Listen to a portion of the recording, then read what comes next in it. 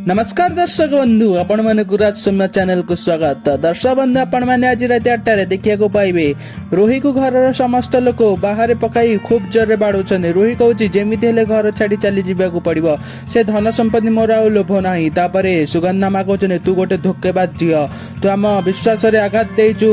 तापरे राम को बापा कहते तते आज आम कहीं भी छाड़बुनु। घर समस्त लोक मिसी बाड़ौं, रतन अंकल भी बाड़ौं। तापरे समस्त इटा खंडे खंडे धरी आज रोही को पाने देबे।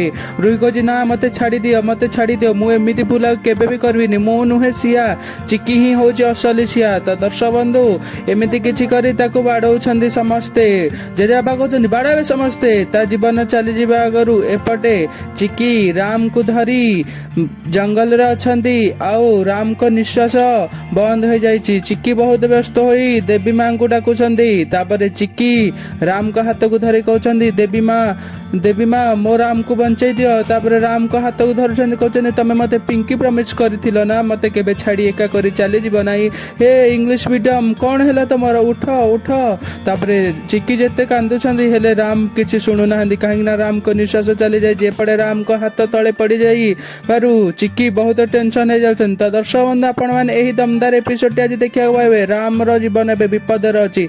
रहउची नमस्कार, जय जगन्नाथ। Please subscribe.